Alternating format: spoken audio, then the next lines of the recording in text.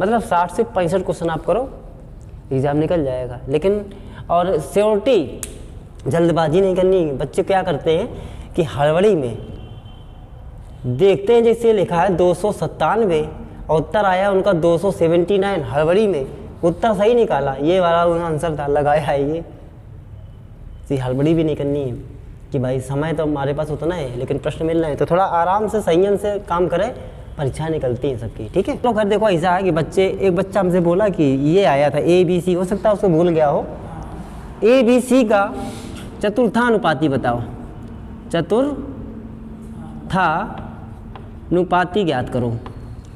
तो कुछ ना इसमें प्रॉब्लम होने वाली, जैसे A रेशियो B कर लीजिए, A का रिलेशन जो B के साथ होगा वही रिलेशन C का किसी अगली संख्या के साथ होगा, क्योंकि 3 नंबर तो पहले दिए गए हैं। तो C रेशियो अगली संख्या नहीं पता ना, चतुर्थानुपाती, चौथानुपात हम मान लेंगे X। अब इन दोनों का जो संबंध होगा वही संबंध इनका होगा आपस में, तो आपस में कैसे हो जाएंगे, समानुपाती, ठीक। अब कुछ नहीं होता है, जो बाहर बाहर होते हैं उनका गुणा कराओ, अंदर अंदर वालों गुणा कराओ। A का गुणा X में करा दें, क्या बन जाता है AX बराबर B का गुणा C में BC बन जाएगा। हमें X की वैल्यू चाहिए तो X बराबर क्या बन जाएगा, BC/A बन जाएगा ना। तो सवाल इस प्रकार से कुछ आया, उसने दिया √3, √7 और √5 का चतुर्थानुपाती ज्ञात करो, इस प्रकार का प्रश्न दे दिया। तो चौथा पद क्या मान लेते X, तो इनको क्या करते, वहाँ X मान लिया हमने, तो आखिरी वाले का पहले वाले गुणा होगा, तो क्या बनेगा √3x बनेगा बराबर इनका गुणा हो जाता है, मध्य पद होगा। ये तो कर रहे थे हम, बाहर बाहर को गुणा, जैसे इसको लिखना नहीं पड़ता है, यहाँ x मान लो, 3 गुणे x हो जाएगा, ये बन जाएगा इनका गुणा, तो रूट के क्या बन जाएगा 35, तो x बराबर क्या आएगा √35/3, खत्म, आंसर आ गया। अगर इसमें दे दे, मान लो अभी ये सवाल आया है, तो इसी प्रकार से सवाल अब बनने के पूरे चांस हैं, ठीक है ना। कल की शिफ्ट में नहीं आएंगे तो अगली शिफ्ट में आएगा। अब इसी प्रकार से इसी सारे सवाल देख लेते हैं। अगर मान लो यहाँ पर 2 नंबर दे दे, आपको कुछ भी दे सकता है वो सवाल में, ठीक है, कुछ भी दे सकता है, सारे इसके कॉन्सेप्ट सीखो। कह सकता है कि A तथा B का मध्यानुपाती बताओ, क्या बताओ, मध्यानुपाती बताओ। इसमें कोई बड़ी बात नहीं, मध्यानुपाती बताओ। हमने यहाँ पर A भी लिया है, वो कोई नंबर ले सकता है, जैसे वो ले लिया कि 5 तथा 8 का मध्यानुपाती बताओ, क्या होगा कि इनके बीच का मध्यानुपाती बता दो। मध्य का मतलब बीच में आने वाली संख्या, तो हम क्या करते हैं, इनके बीच में क्या मान लेंगे, A B के बीच में अगर हम फार्मूला बताएं तो A B के बीच में क्या मान लेंगे, X मान लेंगे। अब A जो है अपना रिलेशन किससे बनाएगा, आगे वाले से, तो A रेशियो क्या बनेगा X। अब B भी बनाएगा आगे वाले से, लेकिन B के आगे तो कोई है नहीं, तो B फिर पीछे वाले से ही तो उधार मांगता है, मतलब ये अपना संबंध किससे स्थापित करेगा, X से। ये क्या बन जाएगा X रेशियो B। जो रिलेशन इनका है वही रिलेशन इनका है, आपस में बराबर हो जाएंगे। हम समानुपाती के साथ नहीं लगा, सीधे बराबर लिखते। समानुपाती का मतलब ये होता है बराबर, इक्वल है। अब इसका गुणा इसमें, इसका गुणा इसमें, तो x गुणे x करने से क्या बनेगा x² बराबर इनका गुणा करने से 1 गुणे b, AB बन जाएगा। हमें तो x का वैल्यू चाहिए ना, तो रूट की क्या हो जाएगा AB हो जाएगा, नहीं हो जाएगा। तो यहाँ भी कर सकते थे ना, कर सकते हैं ना, बिल्कुल। क्या पूछ रहा है, इन दोनों का मध्यानुपाती पूछ रहा है। मध्यानुपाती मतलब x का मान निकालना है, तो x बराबर रूट लगाइए, दोनों गुणा करा दीजिए, 8 5 खत्म, ठीक है। इस प्रकार सवाल आ रहे हैं। और देखो, हाँ चल रहा है, समझ में आया ना आपके। और देखो मेंसुरेशन बेस्ड सवाल आ गया, आयतन बेस्ड सवाल आ गया। अब एक आयतन बेस्ड सवाल ऐसा आया, ये मेंसुरेशन पर है, आयतन बेस्ड सवाल आया। मान लो आयतन में 2 प्रकार के सवाल बना रहा है वो, हमने देखा है भाई। 4 शिफ्ट का आज पेपर हुआ है, चारों शिफ्ट में अलग अलग प्रकार के क्वेश्चन बने हैं। आयतन बेस कैसा क्वेश्चन बना कि मान लो एक बेलन दे दिया, क्या दे दिया, बेलन दे दिया, ठीक है। बेलन का मतलब सिलेंडर, क्या दे दिया, सिलेंडर। इसका हमसे आयतन पूछ दिया, उसने कहा कि इसका व्यास कितना दिया है, इसका व्यास दे रखा है, व्यास इनका दिया 14 सेंटीमीटर, कितना दिया, 14 सेंटीमीटर दिया, ठीक। अब इसमें आपसे पूछ रहा कि बेलन का आयतन बताओ, बेलन का आयतन बताओ। तो आयतन क्या होता है, बेलन का आयतन जानते हो ना, ये सिलेंडर है, ये सिलेंडर है आपका, इसका हमसे आयतन पूछा। आयतन का मान क्या होता है, पाई आर स्क्वायर एच होता है। पाई की वैल्यू 22/7 फुट करेंगे। आर का मान क्या दिया है, ये व्यास था 14, मतलब 2r की वैल्यू है। आर क्या होती है, आधा, तो आर कितनी बनेगी, 7 × 7। ऊंचाई भी इसमें कुछ दी होगी, ऊंचाई भी कुछ दी होगी। हम मान लेते हैं कि ऊंचाई थी 14 सेंटीमीटर, कितनी थी, तो यहाँ 14 रख सकते हो एच की जगह, 7 से 7 ही कट जाएगा, 14 दूनी 28 बन जाएगा। 28 × 22 कर दोगे तो 22 × 28 कर दोगे, बस इनका गुणा कर देंगे, आंसर आएगा 616 आ जाएगा। कितना आएगा, 616। अब ये सेंटीमीटर में है ना, तो यहाँ पर आएगा सेंटीमीटर स्क्वायर। इस प्रकार के प्रश्न बन रहे हैं। और देख लो, आयतन पूछ दिया गोले का। गोला क्या होता है, इस प्रकार से होता है, ये गोला है मान लो, इसका आयतन पूछा, क्या पूछा, आयतन। कोई दिक्कत नहीं, 4/3 पाई आर स्क्वायर आर क्यूब होता है, क्या होता है, 4/3 पाई आर क्यूब। ये गोले का आयतन का सूत्र होता है, फार्मूला बेस्ड क्वेश्चन है, ठीक है। और देखो सवाल कैसे कैसे बने, उसमें एक व्यक्ति दिया गया सवाल में, व्यक्ति मजदूरी में कह रहा है 20% की कटौती कर दी जाए और बाद में 20% की वृद्धि कर दी जाए। एक मजदूर है, उसकी मजदूरी माने वेतन, समझ सकते हो, उसके वेतन में 20% की कमी कर दी जाए और फिर बाद में 20% उसकी मजदूरी बढ़ा दी जाए, ठीक है ना। तो मजदूरी पर क्या प्रभाव पड़ेगा, मजदूरी पर क्या प्रभाव पड़ेगा। करेक्ट तात्पर्य ये है कि जैसे मान लो व्यक्ति 100 रुपये कमा रहा है, मान लो उसकी मजदूरी पहले 100 रुपये मिल रही थी, पहले क्या किया गया, इसमें 20% की कमी कर दी गई। तो 20% कमी करोगे, 20% इसका 20 बनता है, 20 लेस हो जाएगा तो उसकी कितनी हो गई, 80 हो जाएगी, नहीं हो जाएगी। लेकिन फिर इसमें क्या करेगा, 20% बढ़ाएगा, तो 80 का 20% निकालना पड़ेगा। 80 का 20% निकालो, कितना बनेगा, 16, बोलो, तो 8 दूनी 16, मतलब ऐसे 16 बढ़ा देंगे तो वैल्यू कितनी हो जाएगी। तो अब कितनी प्रभावित हो गई, देख लो, साफ सब दिख रहा है, 100 से 96 हो रही है, 4% की कमी आ रही, डायरेक्ट बताना था, ठीक है ना। ये रियल का क्वेश्चन है, पूछा गया आज के पेपर का। ये अब मजदूरी पर बेस है, ऐसे बोल सकता है कि एक नगर की जनसंख्या पहले वर्ष 10% बढ़ी, दूसरे वर्ष 5% बढ़ी। तो इस प्रकार से ना लगा करके आप डायरेक्ट लगाने का प्रयास करना। वो तरीका क्या है देख लो, जैसे उसने कहा कि मान लो एक वस्तु की कीमत, ऐसे बोलेगा, एक वस्तु की कीमत में पहले 20% की वृद्धि हुई और फिर 20% की कमी हुई, ऐसे कह दिया। तो बताओ उसमें उसके कीमत में कितने % का परिवर्तन आएगा, ऐसा प्रश्न पूछेगा। इसका फ्रैक्शन वैल्यू आप लिखेंगे 1/5 होता है, इसका भी 1/5 होता है। पहले उसकी वैल्यू कितनी थी, 5, अब यहाँ वृद्धि हो रही ना, तो कितनी हो जाएगी, 6। पहले वस्तु की कीमत 5 थी, अब 6 हो गई। इसमें आ जाओ, पहले कीमत कितनी थी, अब कितनी हो जाएगी, 1 कम हो जाएगी, 5 में 1 कम 4 हो जाएगी, 5 6 चौको 24। यहाँ देखो कमी हो रही है ना। इस वाली वैल्यू को हमेशा 100 बनाने का प्रयास करो। तो कैसे बन सकता है 100, 4 से गुणा करने से। यहाँ भी 4 से गुणा करेंगे, 24 चौको 96, 25 चौको 100। अब बस तुलना यहाँ से करना, 100 से 96 हो गया, 4% कमी आ गई, ठीक है ना। यहाँ वैल्यू बदल भी सकता है, कभी कभी क्या करेगा कि 20% बढ़ी, फिर 25% कम हो गई, तो बताओ क्या प्रभाव पड़ेगा, कुछ नहीं है।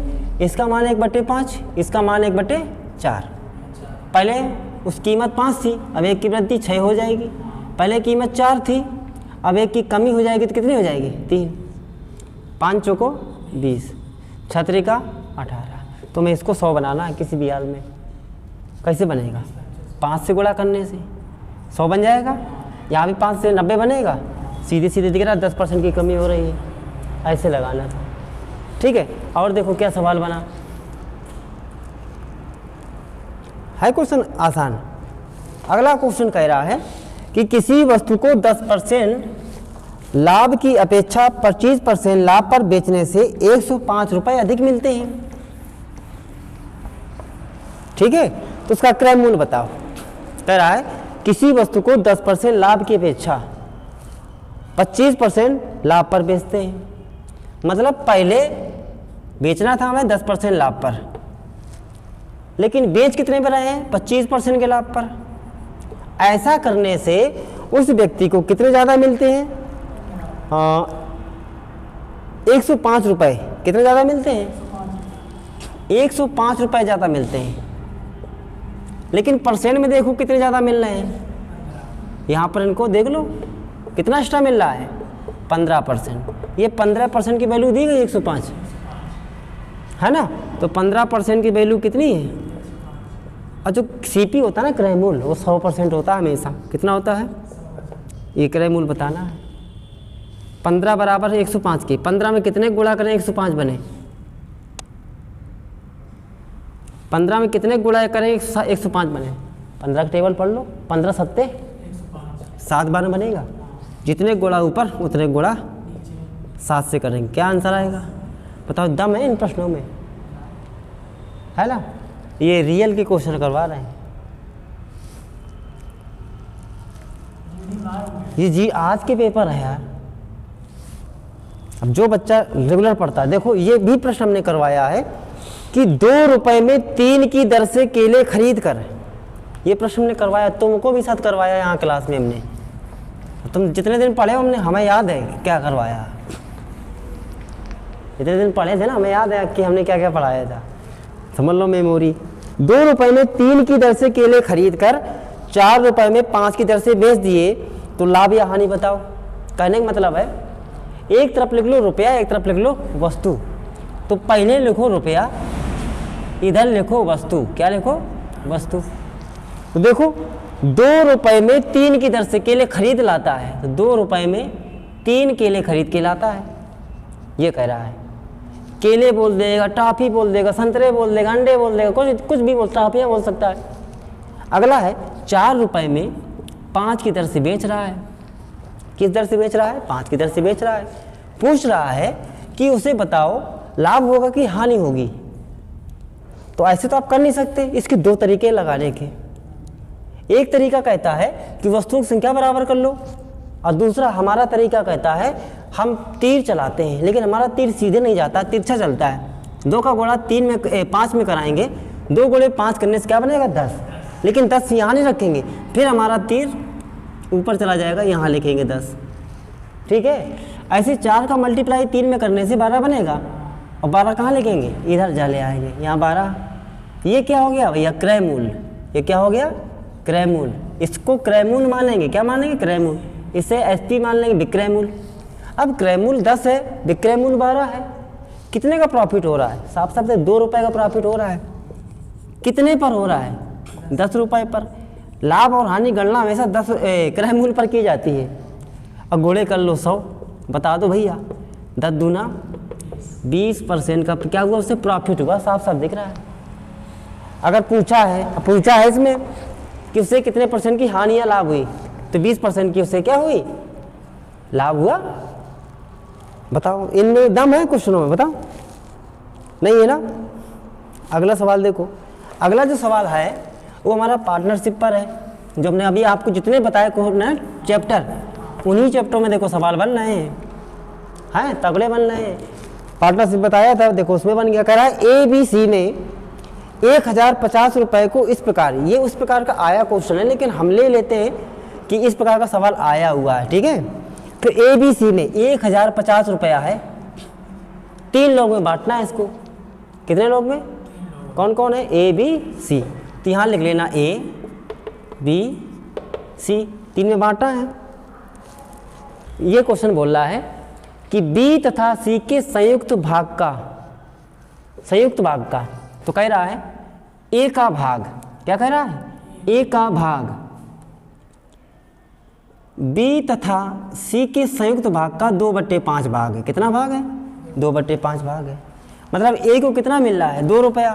तो बी सी को मिला के कितना मिल रहा है? दोनों को मिला के बन रहा है कितना? 5 रुपया। साफ साफ नीचे लिखा ना, ये नीचे वाली वैल्यू बी सी की हो जाएगी मिला करके। इसका दोनों को मिल के कितना बन गया? 5। तो पूछेगा कि बताओ ए को कितना मिला, तो भैया तीनों को अगर मिला दे, सबका पैसा मिला दे, तो 5 2 मिला कितना बन रहा है? 7 बन रहा है। और टोटल पैसा है कितना? 1050। मतलब 7 की वैल्यू दे रखी है कितनी? 1050। तो 1 का मान निकालना है तो 7 का यहाँ भाग करा दो। तो 7 का यहाँ भाग कराओगे 1 बार जाएगा, 3 बचेगा, 7 पना 1 वैल्यू आ गई 150। ए का मान बताना, ए को मिल कितना रहा रेशियो? 2 हिस्सा। तो 2 का मान क्या बनेगा? 150 गुणे 2 करने से क्या बन जाएगा? 350 रुपये को मिले। 1 बराबर 150 तो 2 बराबर 300। कितना आ जाएगा? 300 आ जाएगा। बोला 300 लेकिन लिख गया 350। ठीक है, अका हो सकता है आपने 350 ही बोल दिया, कभी कभी हो जाता है। समझ में आया ना? तो कोई ये सवाल बने। अगला कह रहा है कि ए बी तथा सी की वर्तमान आयु का योग 90 वर्ष है। ए बी तथा सी की वर्तमान आयु का योग 90 वर्ष है। 6 साल पहले उनकी आयु का अनुपात 1:2:3 था। 6 साल पहले कितना था? देखो डेटा लिख देते हैं तब अच्छा रहेगा। देखो 3 लोग हैं, कौन कौन? A B C. इनकी वर्तमान आयु मतलब प्रेजेंट उम्र, वर्तमान उम्र का अगर सम किया जाए तो कितना है? 90 वर्ष। कितना है? 90 वर्ष है। फिर आगे कह रहा है 6 साल पहले, कितने साल पहले? 6 साल पहले चले जाओ तो इनका अनुपात 1:2:3 था। कितना था? ये 6 साल पहले का है। पूछ रहा है सी की वर्तमान उम्र बताओ। किसकी बताओ? सी की वर्तमान उम्र पूछ रहा है, इसकी कितनी होगी? भाई इनकी अभी हमें पता नहीं है किसी की, तो हम निकाल सकते हैं। रेशियो में तीनों के मान दिए गए हैं, वर्तमान में तीनों का सम दिया गया है। ये 6 साल पहले की है, बताओ हाँ या ना? इसे भी 6 साल पहले ले जाए तो ए के 6 साल पहले चले जाओ, बी के 6 साल पहले, सी के 6 साल पहले, 6 सबके कम कर दो तो 18 कम हो जाएंगे। तो 18 जैसे कम होंगे तो तीनों की 6 साल पहले की उम्र कितनी बन जाएगी? 72 बनेगी नहीं बनेगी? ये 6 साल पहले की उम्र का आ गई तीनों की। अगर तीनों की 6 साल पहले उम्र जोड़ते तो 72 बनती थी, है ना? अब रियल में कितना बना? 3 2 5 1। ये भी 6 साल पहले की है, ये भी 6 साल पहले की। तो 1 का मान क्या बनेगा? 12 बनेगा नहीं बनेगा? 1 की वैल्यू अगर 12 आ गई, हमसे पूछी किसकी गई थी अभी? सी की। और सी का मान है कितना? 3 का मान निकाल लो यार। 1 बराबर 12, 3 बराबर 36 आ गई। ये कब की उम्र निकली इसकी? 6 साल पहले की। वर्तमान में लाना है। 6 साल पहले वो 36 साल का था, आज की बताओ तो 6 साल जोड़ दो तो कितना हो जाएगा? आज वो 42 साल का ख़त्म है। मस्त क्वेश्चन। इसकी पूरी सीरीज हम कल करा देंगे, ठीक है? आप लोगों को अगर समझ में आया तो आज की क्लास ऐसे रही है ना? तो समझ में आया हो तो चैनल को सब्सक्राइब जरूर कर देना, है? वीडियो में कमेंट वगैरह कर दिया करो अगर चाहते हो। और देखो प्रयास करेंगे कि ऐसी क्लास हम आपको कंटिन्यू देते रहें। जितने भी शिफ्ट वाइज प्रश्न आ रहे हैं, जैसे इवनिंग में हमें टाइम मिलता है वो सारे प्रश्न आपको देंगे, ठीक है?